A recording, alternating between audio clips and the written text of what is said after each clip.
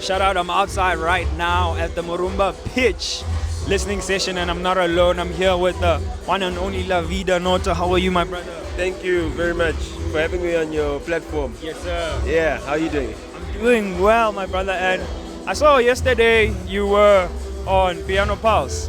And Oh yes. yeah, the episode was out and it did extremely well because you were actually telling people what they needed to know.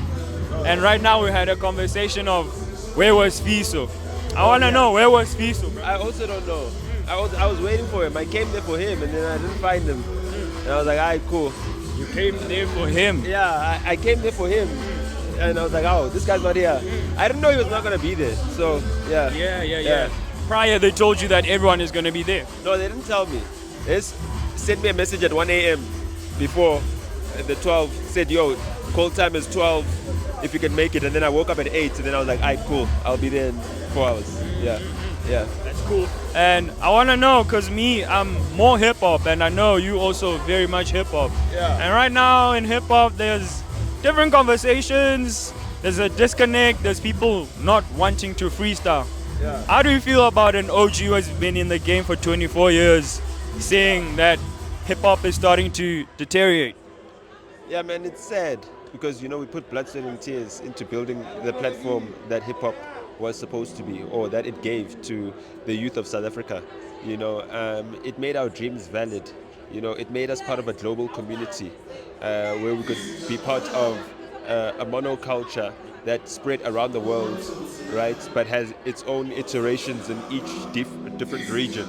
And we've lost our flavor. We lost our own flavor, and then everything just fell off after that. So right now at the stage of hip hop, it's just like there's a lot of rappers, and then there's their fans, and then that's it. Rappers and their fans. Yeah, it's just rappers and their fans. Just that who's got the biggest fan base, and that's it. There's no hip hop scene. You know what I mean? It's not a hip hop thing. You know what I mean? It's about, who's this rapper that's got a lot of fans that's dropping? You know what I mean? They don't care for the new music that's dropping. I saw a video. What's this kid? Santana? What? Seko Santana. Yeah, Santilala. Santilala, whatever. Yeah. You know what I mean? I like his fresh style or what he's coming with. But like 3-4 years ago, someone dropping content like that would have gone viral. We know who they are all over, and that's the loss of influence of hip hop. No one's checking for hip hop. So even if something new comes out, no one's interested in it because no one's checking for it. You know what I mean? So that's what we've lost. We've lost people actually checking us out, people seeing us as a threat, people wondering, hey, what are the hip hop cats doing? It's almost December. We should be out here. We're out here at listening sessions. The reason you come out in listening sessions at this time of the year is to hear what the competition is planning to drop. Hip hop is not part of the conversation.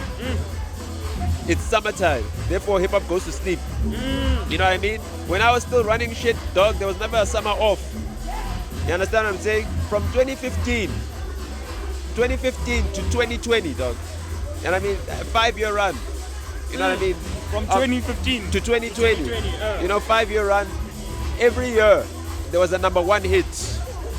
From 2016 onwards, the first number one was in 2016. Every year after that, there was a number one hit.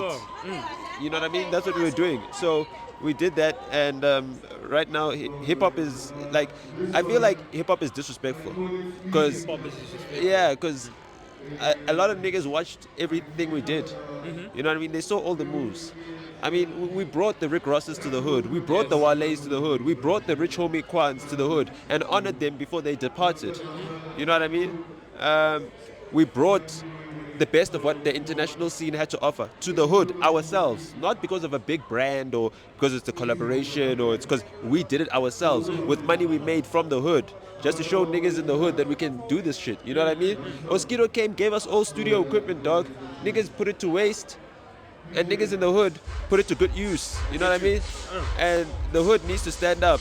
And because there's no voice of the hood, hip-hop is dead. Because as soon as the hood voice is dead, then there's no culture. You know what I mean? Everything else is like, people live and work in cities, but they don't form part of the population or the demographics or the culture of that place. So when you go to the hood, the people form part of the culture. That's where they're at. That's where you'll always find them. You know, some people never leave their hoods. I want to ask, Yeah. because you said 2015 to 2020 Yeah. was like the golden era of hip hop. Yeah. And well, I what mean, golden era, but in terms of like the stuff that I was working on, 2015. But golden era, I'd say started in 2014. 2014. Yeah, golden era, 2014.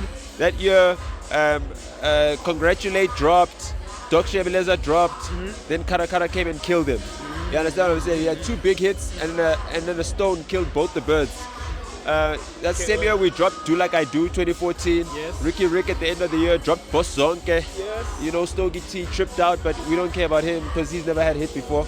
So, you know, Okay. that's how we're moving. Maybe, And maybe, we're all moving together. You understand what I'm saying? Like, what niggas don't understand is like, I was saying this on Piano Pulse, but I could say this for the hip hop niggas. Hip hop sir. niggas, you're our sons. Do you understand? Back in the day when I was in high school, we used to work together with Major League. Like, they were part of my team. We used to use our money, our pocket money, to book hip hop artists to start a scene. You know what I mean? This is back in 2006, 2007. You know, we were 15, 14, those This is quite ages. your era. Nah. This is, well, I guess it was, yes. I guess. Yeah, it was actually. But we were pushing hip hop, you know? Okay. Major League, they did their thing. You know what I mean? After Casper left Java, he went to Major League. You understand? Major League made him a superstar. After Questa left Bada Bing, you know, he came to me. I made him a superstar. Do you understand what I'm saying? Do you understand what I'm saying? hearing that. Look at what me and Major League were doing though. And we're both from the north. We're from the northern suburbs. We didn't have to do this shit. You know what I mean? I could have been with Major League. They could have been studying in the States because they got their blue passports. I could have followed them. And we just hung out and we never gave a fuck about South African music. But we used our resources to ensure that we put the game at a level playing field with all the other genres that had been dominating South Africa in the past. And we managed to achieve that, you know what I mean? Like, these are proposals, presentations, plans I drew up in 2007 that ended up becoming pictures, becoming history, becoming parts of documentaries. Do you understand what I'm saying? So the perspective that I have over the current state of hip hop, you know, is like a very sad one. Because, you know, I just feel like we did so much work and the guys we did it for, they don't appreciate it. So, you know, it left a sour taste in my mouth. But, you know, as long as the hood has a voice, I'm happy. So with the Amapiano movement that was coming up, I think 2018, I was in a tour bus listening to Amapiano by myself. With who? Everybody in my crew was listening to Roddy Rich. Oh, okay. I was listening to piano. Which And I was artist? Come on, 2018. 2018, like Gabza, maybe. It was before Gabza, but I also liked Gabza's song. I liked Umshove, but my favorite song was Gong Gong. Okay, okay. You know, Quish Essay. You know what I mean? Yeah. And yeah, so I was listening to that in my headphones the whole entire time, and I was like, yeah, once this sound blows up, it's gonna be crazy. So then 2018, I went to the States, and I got shown how TikTok works in 2018. Okay. By who? I was at a workshop. Okay. I think South by Southwest. All right. I was at South by Southwest in South by Austin, Southwest, yeah, yeah. Austin, Texas. And then 2019, I went back to the States, and then TikTok had bought Musically. Oh, okay. I And then remember once that happened, I came back to SA, and I was like, yo, once TikTok blows up in South Africa, it's over for every other country, because what they don't have is dancers. You know what I mean? We got dancers better than Michael Jackson in every street corner. You understand what I'm saying? That's our talent, and no country can dance like us. So once we had the TikTok, I was like, yo, whatever is coming out and whatever is hot is gonna blow up globally. And it just so happened that that's exactly what Amapiano was able to do. You know what I mean? 3-Step is also coming nicely, but 3-Step doesn't have the dance. Okay. So that's why it'll never be as viral. It's not as easy to be as viral with sing-along songs as it is with dance songs. What about Le Compo? Limpopo it's got a life of its own. Okay. So Limpopo's always had its own thing going on. You know what I mean? Y'all don't fuck with Limpopo out here. So Limpopo does its own thing, you know, without you. And it has numbers. And crazy. it's always had numbers, dog, since Bujumuju. You know, since Bujumuju was hitting 1 million views on YouTube when no one else from South Africa was doing that. You know what I mean? Word. Yeah, so that's Bolo House. So they're always going to be pushing their own movement. And it's only going to get better because now they're competing with the rest of the country. Because of the internet, the country is becoming smaller. I mean, for Limpopo to be where it is today, we needed to see Shoma Josie going international so that a Limpopo artist could be seen as an international prospect. That opened up the floodgates for people like Makazi. Then Makazi goes out there and she also wins a BET award. And then she also validates that, you know, you don't need to be a light-skinned person from Limpopo to be global. You understand? All the talent is there. It doesn't matter how you look. And that's really what opened up the doors for them. And not to forget, you know, Skeleton Move by Master KG. When that went international, you know, it put him on a big radar. And that set up the pipeline for Jerusalem to do what it did. And Limpopo has never looked back since then. You know, I mean, the sound is vibing, the sound is refreshing. There's a whole lot of new acts that are out there. They're thriving within their own community. And I think that's a good thing. You know what I mean? I like the regions to be strong in whatever it is that they do, because we can't all be mixing it up, you know? Yeah, I want to also add, mixing it up, because we were speaking about Stogie T. I want to return to the topic of hip-hop, you know? And I feel like you said he doesn't have a hit, you know? Yeah. Don't you think the song with Nasty C, you know, Aries, and Mags, of course, because they also like not including him, that he's going to be on that song. Don't you think it could be like a potential hit? But why does Stogie, as an OG, need to use youngins to make a hit? He shouldn't be making hits. Do you see me out here making hits? I'm making moves, dog. That's the boss level. What the fuck is Stogie doing in studio, dog? On the Radar was a big move for the freestyle that he Listen, had. Stogie should be putting his kids in studio. His kids are in high school. You understand? That's when I started rapping. So why is your father rapping when you're in high school? Imagine if my dad was rapping when I was in high school. I'd be like, Dad, what are you doing? Yeah, you know what I mean? Like, so he shouldn't be doing that. Like, if you want to do something, help them out. Put them together on a song. Let that be their song. Let the youngins do their thing. Don't use the youngins for clout, dog. That's why you went to Sway, dog. Why are you going to Sway at 40, dog?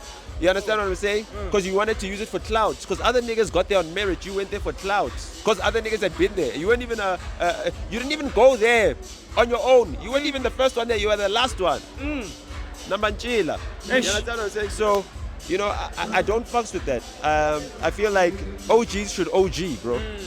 As an OG, no one can respect you if you don't OG. So you must OG. I get that. You know what I mean? You can't be buddy with these kids. And that's why hip hop has lost direction, because there's people like Stogie T who want to be buddy, who want to be swagger jackers, cloud chasers. Why is By Any Means on Ambitious's YouTube channel? Why is it not on Stogie T's YouTube channel? Because he's a cloud chaser. He had to use the Ambitious channel to boost it. And You understand what I'm MTV saying? was so generous. You understand what but either way, you understand what I'm saying? It wasn't even on his channel. He didn't even have the clout to put it out himself. He had to use someone else's channel. And why are you using other people's channels? So that's unnecessary, and it's gonna take hip hop back. Nasty and Aries, should learn from the Nyovest and Keenan situation. They never made peace. They're not alive today. Well, they're not both alive today. You know what I mean? So that piece would have shown hip hop that, yo, this is a movement. We're in it together. We might compete, but we're not trying to kill each other. And now they're still trying to kill each other. You know Reese and Nasty. They're still trying to kill each other. Hey, man. And I think it's done. You know, Reese has buried it. You know what I mean? Reese has done everything that it took. He stood the test of time. His career was supposed to be over. The real test for whether Nasty C or A Reese won is whose career ended. Right? No one's career ended. Still going, both of them, right? Right? But A Reese's career was supposed to end because the radio wasn't playing him. The media wasn't liking him. He wasn't going to the interviews. He wasn't. You understand what I'm saying? He was supposed to be dead. If he's still alive, then fuck it. Whoever was trying to kill him failed, right? So he won. That's just the bottom of the case. I don't want to hear about the head-to-head. I don't want to hear about streaming numbers. We don't care about streaming numbers. Unless you're getting paid off those streams, don't talk about them, okay? Please. Keep your mouth shut. Unless you're getting paid off those streams, there ain't nothing for you to brag about. You're getting paid off Paradise, right? I get paid off a lot. I heard even Java there. Avery. Yeah, Sister Bettina. Zwembe. How does this happen? How do you just... I also want to just, you know... When you're high up at the labels, you earn off of everything that passes by your desk. That's it. That's it. Okay. It's like a bonus. It's a performance bonus. If you sign acts and they do lots of shit, you know what I mean?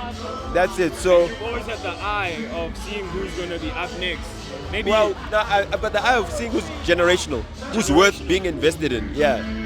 Tell me who is generational, and currently, right now, do you see anyone who's worth investing? In hip hop? No, not yet. No one. Not yet. The scene isn't ripe. The scene isn't ripe. To be generational, you need to be doing things that have never been done before, unprecedented. And right now, it's impossible to do that because everything that's been done before is better than what's going on right now. Do you understand what I'm saying? We were doing better 6-7 years ago than we are doing right now. So we'll need to get back to that point, and then the competition at that point, when we're at the level we're at, that competition will then produce a diamond, and that will be the generational talent. Pressure cooks diamonds, you know what I mean? So yes, the rappers are shopping each other's swords, the Nasties, the Reeses, the K-Kids, the Kane Kids. Which you very much like. What are those other Koila guys? All the Koilas and all the other subgroups. The Koilas and the sub-Koilas, the under-Koilas. The sub-Koilas now, under-Koilas. I guess there's the lo-fi and the other guy, and then the other guy, and the other guy, and the other guy. Yeah, there's like 2. It's like 5 divided into 2, you know, and then it becomes 10 when it's all coiled. You know what I mean? Yeah. So I think there's stuff coming out of there. But we've got Java. He's you know what I mean? generational, He's generational, and he fills arenas, dog. And he doesn't have 20 motherfuckers on the fucking lineup. Yeah. You understand? You understand? You understand? So that's what it is. So the game is still going to be alive. There's still something to recover and salvage, but the young cats, it's up to you. It's up to us, young cats, and if Yeah. we don't freestyle on 5FM platforms, what are we doing? Yeah, you understand what I'm saying? Because I need to know you're a rapper. You can't be a rapper if you don't freestyle. You understand what I'm saying? So the guys that are not freestyling, you're not a rapper. You're a poet. It's fine. You just rhyme on a beat. That's spoken word though.